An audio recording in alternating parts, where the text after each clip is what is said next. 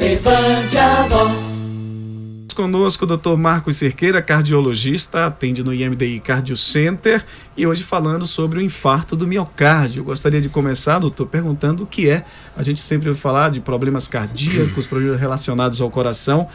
O senhor gostaria que o senhor passasse, explicasse para a gente o que é propriamente dito aí o infarto do miocárdio e por que ele ocorre. Boa noite. Boa noite, amigos. Boa noite, Adilson. Boa noite, Ney. É um prazer participar aqui mais uma vez e hoje trazendo um tema de grande relevância. O que é o infarto do miocárdio? Né? Infarto é quando ocorre uma obstrução de uma artéria, que é um vaso sanguíneo que leva o sangue para o próprio coração se nutrir. Então já dá para imaginar o prejuízo, sendo que quando há uma obstrução, a dificuldade, um impedimento desse sangue de fluir normalmente pelos vasos sanguíneos e nutrir as células cardíacas, que dependem disso para ter um funcionamento normal. Então, quando há uma oclusão, as células cardíacas elas morrem, né? E aí a consequência do infarto vai depender de diversos fatores. A idade em que o infarto ocorreu, se esse paciente, além dessa comorbidade que é o infarto, ele tem outras, o tamanho da área dessa artéria, se for uma artéria muito grande que obstruiu, é de se esperar que uma grande parte do coração perca sua função.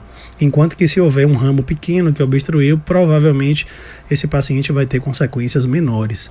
Então, é uma doença muito dramática, né? É a principal causa de morte, né, no Brasil e no mundo, faz parte do espectro das doenças cardiovasculares, que são as doenças que afetam o coração e os vasos sanguíneos.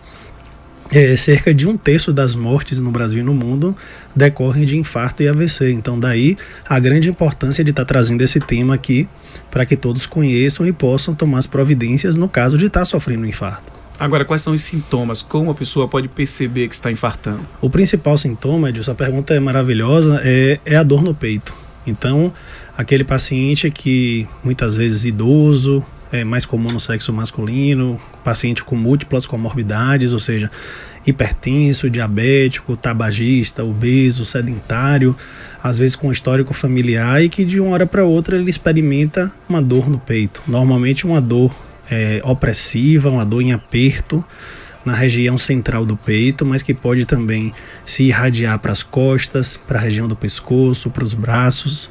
Essa dor ela tem caráter progressivo, então a dor normalmente começa de baixa intensidade e com o tempo ela vai aumentando. E associada a essa dor podem surgir outros sintomas, né? Sintomas como suor frio, palidez, mal-estar, falta de ar.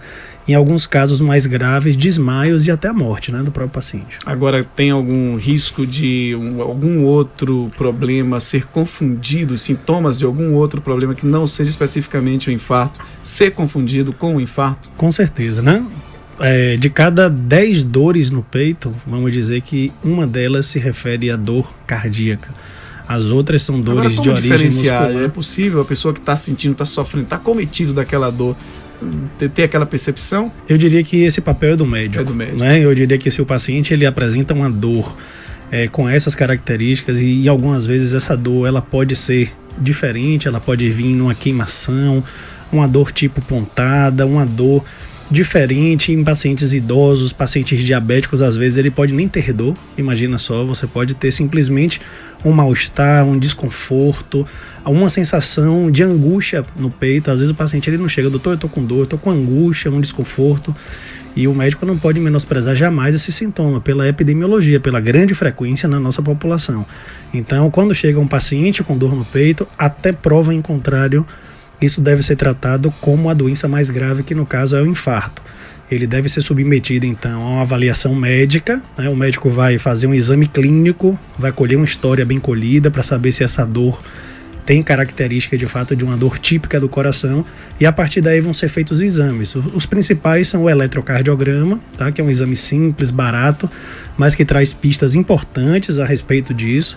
Pode dizer para a gente se o paciente tem alterações que sugerem infarto ou não, e também coletas de exames de laboratório, exames de sangue, que são as enzimas cardíacas. São enzimas que são liberadas quando há morte do músculo cardíaco. Então, a gente consegue detectar essa elevação e a partir daí, juntamente com os sinais e sintomas apresentados, a gente fecha o diagnóstico. Lembrando que um eletrocardiograma normal ou então uma dosagem apenas de enzimas normais não afasta o diagnóstico de infarto. Às vezes o paciente, quando ele chega imediatamente logo próximo, né, do início da dor, algumas alterações eletrocardiográficas podem não estar presentes e nem as enzimas ainda deu tempo suficiente para ela aumentar no sangue. Então, deve ser feita a seriação enzimática, muitas vezes dosando 2, 3 vezes para que a gente possa liberar esse paciente com tranquilidade. Uma pessoa que apresenta um desses sintomas citados aí, o que deve fazer? Imediatamente pedir ajuda, né? Uma coisa que a gente vê que as pessoas ainda teimam em fazer é sentir o sintoma, aquele sintoma que incomoda, aquele sintoma que é estranho, que nunca aconteceu antes muitas vezes e atribuir a coisas pequenas. Isso é gases, isso aí é dor no peito, isso é dor de estômago.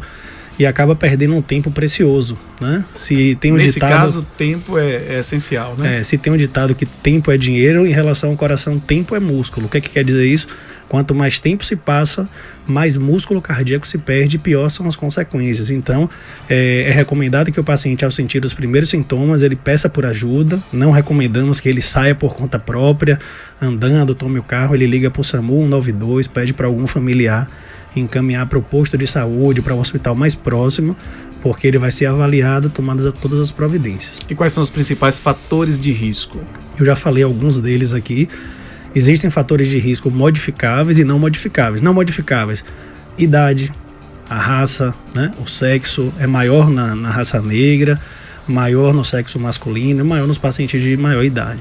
E também os fatores de risco modificáveis, né, que aí tem muita relação com hábitos de vida, pacientes obesos, pacientes sedentários, diabéticos, tabagistas, pacientes que fumam, né, que bebem muito e pacientes que têm histórico familiar, são pacientes que devem ter uma preocupação adicional. Quais as opções de tratamento disponíveis? Existem vários, né? Num paciente que está com infarto naquele momento, a gente tem que diferenciar o tipo de infarto dele.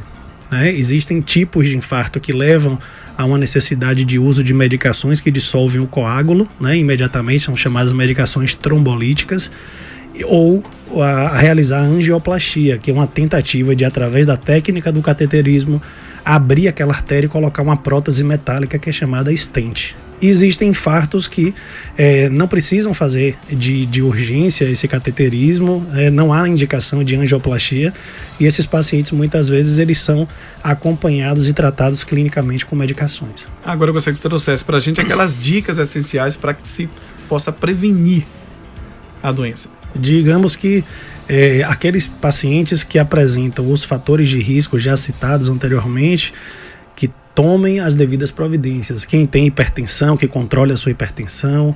Quem tem obesidade, né, que perca peso, porque isso são medidas que reduzem o risco de mortalidade.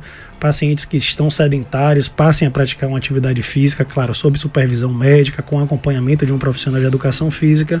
Pacientes diabéticos que têm colesterol alto devem também fazer todo um acompanhamento para manter as suas metas ideais, ou seja, o colesterol tem que estar controlado, a pressão tem que estar controlada, o açúcar também.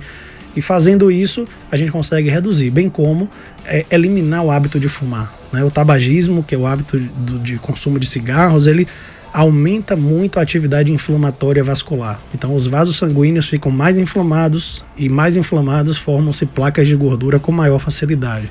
Então esse paciente ele deve ser orientado para que cesse o tabagismo. Muitos pacientes às vezes largam após, né, o primeiro infarto. Mas o que a gente quer, na verdade, é focar na prevenção. A gente não precisa esperar chegar no infarto para tomar essa decisão. Agora, quem está mais suscetível ao infarto, o homem ou a mulher? O homem. O homem ainda, né? E com relação à faixa etária? Normalmente, pacientes mais idosos, a partir da 5ª década de vida, 6ª década, são pacientes mais vulneráveis a isso. A doença aterosclerótica, que é a doença que vai acumulando placas de gordura, ela depende de tempo para poder obstruir um vaso sanguíneo. Então, é muito incomum em pacientes jovens. Então, os pacientes mais idosos, aqueles pacientes que tiveram tempo suficiente da doença se manifestar ao longo da vida, são aqueles que têm o maior risco de infarto. Lembrando que jovens também não estão livres de infarto, normalmente associados a energéticos, pacientes que usam substâncias ilícitas. Essa combinação de álcool com energético, que o pessoal, tão comum nas festas, nas baladas que a gente ouve, são prejudiciais? É uma prática comum, a gente não sabe qual paciente daquele tem um risco maior, mas é uma combinação que pode ter muitos efeitos nocivos, sim.